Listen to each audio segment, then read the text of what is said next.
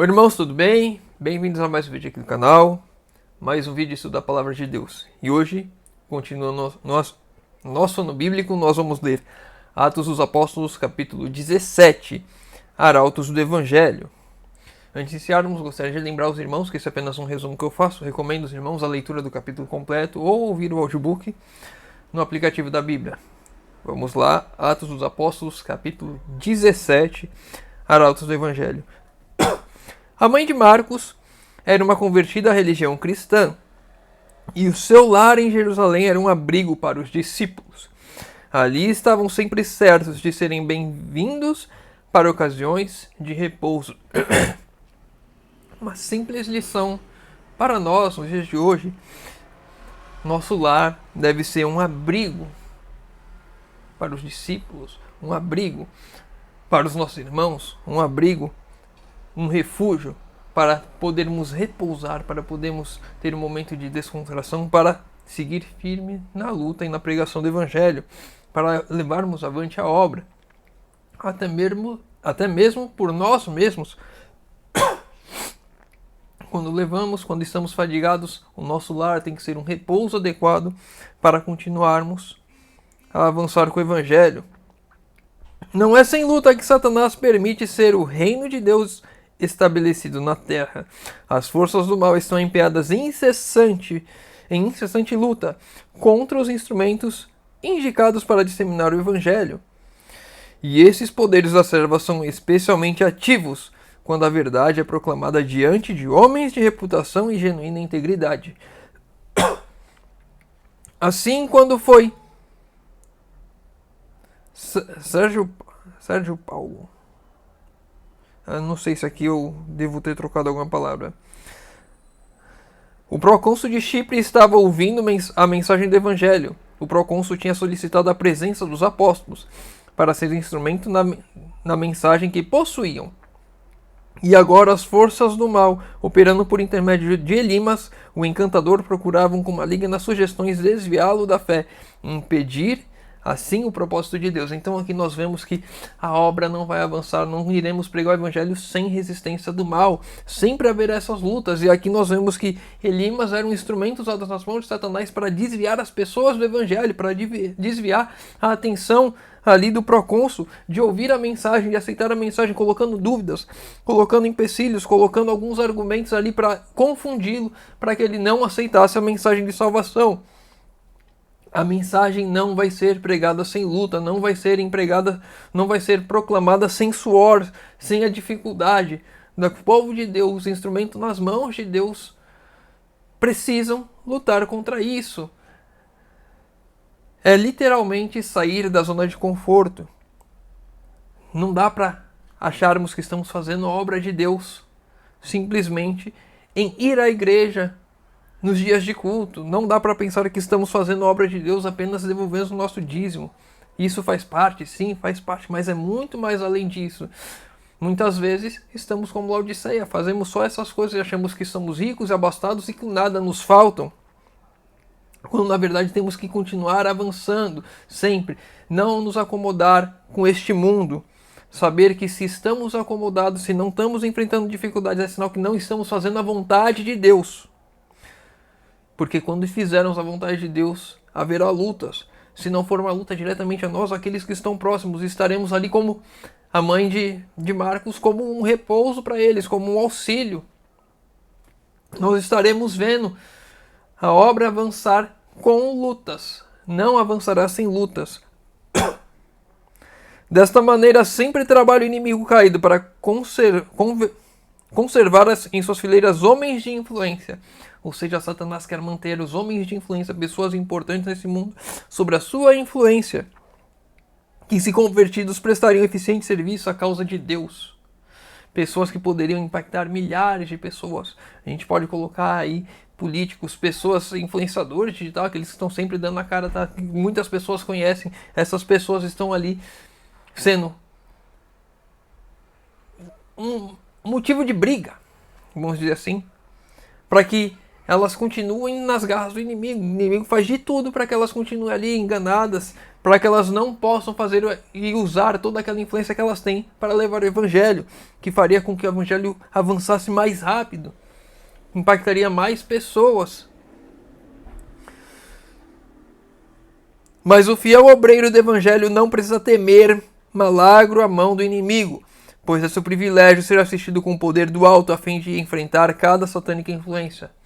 Não é porque Satanás está trabalhando do outro lado, não é porque ele é um ser poderoso, não é porque ele está ali usando todas as suas artimanhas, com todos os anjos caídos ao seu lado, que devemos ter medo, porque ao nosso lado há um poder mais forte, o poder do alto, o poder do Deus vivo ao nosso lado, para avançarmos com a obra do Evangelho. E isso não poderá ser vencido nem mesmo por Satanás e suas influências. Elimas não era um homem de cultura. No entanto, estava peculiarmente capacitado para fazer a obra de Satanás. Os que pregavam a verdade de Deus, os que pregam a verdade de Deus encontrarão o astucioso inimigo por muitas diferentes formas.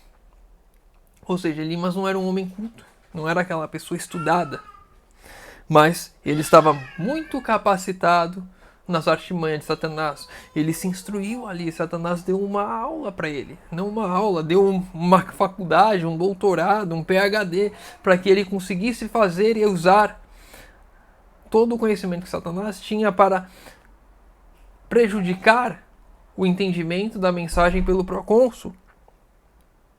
Muitas pessoas, às vezes, daquelas que nós nem percebemos, estão sendo usadas. Pessoas que não são assim tão inteligentes, não têm um destaque assim, mas por causa delas a mensagem é impedida de ser levada a muitas pessoas. Não devemos subestimar nosso inimigo, qualquer um pode ser usado por ele. Algumas vezes será na pessoa de um erudito, mas na maioria delas por intermédio de homens ignorantes, a quem Satanás treinou para se tornarem eficientes instrumentos para enganar as almas. Pessoas treinadas, não necessariamente pessoas de influência, pessoas muito sábias, mas pessoas treinadas, pessoas que estão com a mente afiada. Quantas vezes você não já viu alguém querendo rebater a Bíblia e que conhece muito da Bíblia, porque estudou? Uma pessoa treinada para impedir a pregação da mensagem, para impedir o avanço da obra, para deixar pessoas confusas, colocar dúvida na cabeça das pessoas. Devemos tomar cuidado, porque aqui, como nós vimos, o inimigo pode ser o astucioso inimigo por muitas diferentes formas. Ele pode trabalhar de muitas diferentes formas, usando muitas diferentes pessoas em diferentes cenários. Às vezes é um erudito, às vezes uma pessoa mais simples, mas que são instruídas ali a ponto de causar e criar confusão na cabeça das pessoas, para que elas não consigam compreender a mensagem do Evangelho. E cabe a mim e a você estarmos também instruídos na palavra de Deus, para que possamos dissolver essas confusões, levando a verdade. Paulo e seus companheiros continuaram a viagem para Pergue, na Panfilia. Seu caminho era penoso, encontravam dificuldades e privações, e estavam cercados de perigos por todos os lados. Nas vilas e cidades por onde passavam, e ao longo das estradas desertas, estavam rodeados de perigos visíveis e invisíveis. A vida do verdadeiro cristão, aquele que está unido com Cristo, estará cheia de perigos visíveis e invisíveis. Mas Paulo e Barnabé tinham aprendido a confiar no poder libertador de Deus. Aquele que confia em Deus, não importa os poderes visíveis e invisíveis, as dificuldades, os perigos. A confiança em Deus nos conduz a caminhar, mesmo vendo a face do perigo, sabendo que Deus está nos conduzindo para fazer essa obra. O coração deles estava cheio de fervente amor pelas almas a perecer. O amor motivava essas pessoas a continuarem caminhando, a continuar levando a mensagem do Evangelho. Paulo e Barnabé, eles seguiam levando a mensagem do Evangelho porque eles tinham amor por aquelas almas que estavam a perecer, por aquelas almas que não conheciam a mensagem. O coração deles estava cheio de fervente amor pelas almas a perecer. Como fiéis pastores na busca da ovelha perdida, não abrigavam o pensamento de facilidades e conveniências próprias. Eles não se importavam tanto com as lutas que eles iam enfrentar. Eles não se importavam tanto com as dificuldades que eles tinham pela frente, pelas privações que eles estavam sofrendo, pelas dificuldades que eles estavam passando. Eles não pensavam em si. Eles pensavam naquele que estava se perdendo, aquela alma que precisava conhecer a Cristo. Quando o meu e o seu pensamento for mais no próximo e menos em nós, a mensagem vai avançar. Nós veremos o amor de Cristo movendo a igreja, se esse for o pensamento da igreja. E nós veremos a obra do Evangelho avançar de fato, alcançando aqueles lugares que nós não alcançamos ainda, convertendo muitos corações, e Jesus voltando muito antes do que imaginamos. Quando nós olhamos para o cenário, agora com a questão da pandemia, nós dizemos, não, está muito perto, o mundo pode mudar muito rápido, mas seria muito mais rápido se estivéssemos vivendo o amor verdadeiro que temos que ter com o nosso próximo. Esquecidos de si mesmos, não fraquejavam quando cansados, famintos ou com frio. Eles tinham em vista um único objetivo, a salvação dos que vagueavam distantes do redil. Eles só tinham um objetivo, a salvação daquelas pessoas, levar a Cristo aquelas pessoas. E eles seguiam firme, confiantes de que Cristo iria salvar, que eles iriam levar a mensagem da salvação àqueles. Foi aqui que Marcos, dominado por temor e desânimo, hesitou por um momento em seu propósito de consagrar-se de todo o coração à obra do Senhor. Pouco habituado a sacrifícios, desanimaram aos perigos e privações do caminho. E é neste momento em que muitas pessoas abandonam o caminho. Muitas pessoas se afastam do caminho no momento em que enfrentam as lutas, as provações, as dificuldades. Elas começam a olhar mais para si e menos para o próximo. E aí elas acabam desanimando, acabam fraquejando. Devemos tomar cuidado. Porque só quando estivermos realmente amando o nosso próximo como a nós mesmos, amando como Cristo os amou, como Cristo nos amou, quando de fato estivermos unidos com Cristo, pudéssemos falar que de nós mesmos somos verdadeiros cristãos. Aqueles que nós vimos ontem, que conversavam de Cristo, que pensavam em Cristo, que pregavam a Cristo. Quando nós estivermos vivendo a nossa vida ser um constante comunicar Cristo às pessoas, conhecer mais a Cristo todos os dias, o amor estiver no nosso caminhar, o amor para com o nosso próximo, é que nós não iremos fraquejar quando vier as dificuldades. Trabalhara com êxito sobre circunstâncias favoráveis. Era aquela pessoa que quando estava tudo bem, ele fazia tudo muito bem, perfeito, um exemplo.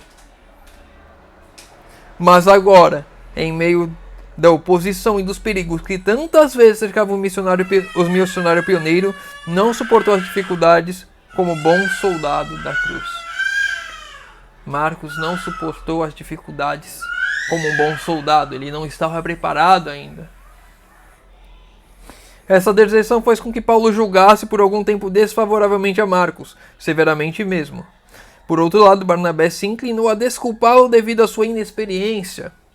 Estava ansioso de que Marcos não abandonasse o ministério, pois nele via qualidades que o habilitariam para ser útil obreiro de Cristo.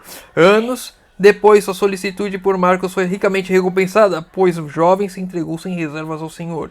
E a tarefa de proclamar a mensagem do Evangelho em campos difíceis, sob as bênçãos de Deus e a sábia orientação de Barnabé, ele se tornou um valoroso obreiro. E aqui está um ponto importante, não é porque você em algum momento fraquejou na obra, teve dificuldades em avançar, se sentiu que não era para você, se sentiu desânimo, viu que não estava preparado por aquilo, porque você era inexperiente ou porque você não estava preparado por aquela situação.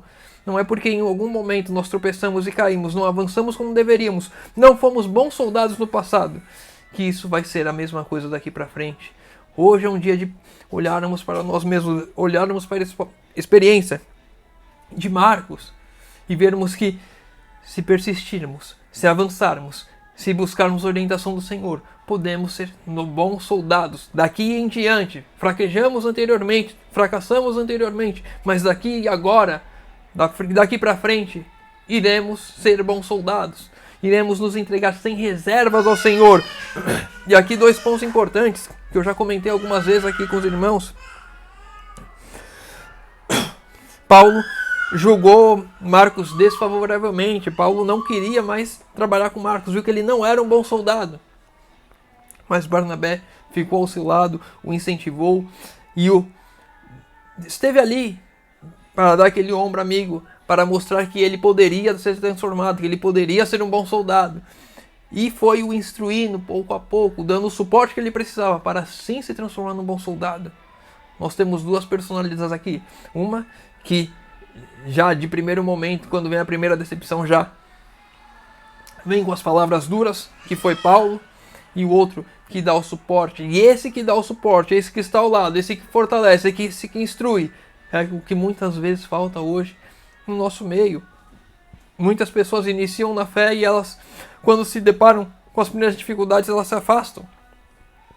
E muitas vezes elas se afastam, não vão mais para a igreja, não estão mais no nosso meio.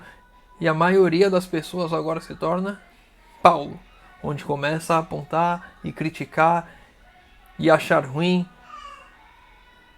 porque aqueles inexperientes fracassaram, tropeçaram, não eram bons soldados ainda. E os Barnabés estão em falta hoje, aqueles que estão lá, que vão visitar, que dão o suporte, que dão aquela palavra de ânimo, que estão ao lado, que instruem, que mostram o bom caminho, para que aquela pessoa se fortaleça e volte ao caminho, e se entregue sem reservas, e se torne um bom soldado. Precisamos de mais Barnabés hoje, nos nossos meios, nas nossas igrejas, para fortalecer os nossos irmãos. Não muito tempo antes de sua morte, Paulo tornou a falar de Marcos, como lhe sendo muito útil para o ministério. Toda pessoa bem instruída, toda pessoa que se prepara, toda pessoa que se fortalece em Deus, por mais que já tenha tropeçado, pode se tornar muito útil para o ministério, pode se tornar um bom soldado, pode ser aquele que vai levar a mensagem do Evangelho avante. Cabe a nós ajudarmos e auxiliarmos os nossos irmãos, aqueles que estão iniciando na fé, aqueles que não têm experiência. Muitas vezes uma pessoa entra, principalmente em grupos menores, entra dentro do grupo, tem uma diversidade de cargos, joga uma pessoa lá em qualquer jeito e vai, se vira aí. E a pessoa sem experiência nenhuma desanima, tropeça, vê que não consegue desempenhar um bom trabalho e se afasta. Devemos ser como Barnabé, instruir, orientar e ajudar os nossos irmãos a se prepararem para o combate, que não é um combate fácil. As dificuldades virão cada vez maiores. E se nós não estivermos um ajudando o outro, iremos ficar pelo caminho, principalmente porque quando não ajudamos o outro, não estou falando que Paulo não tinha amor, talvez até não tivesse, porque ele foi sendo transformado.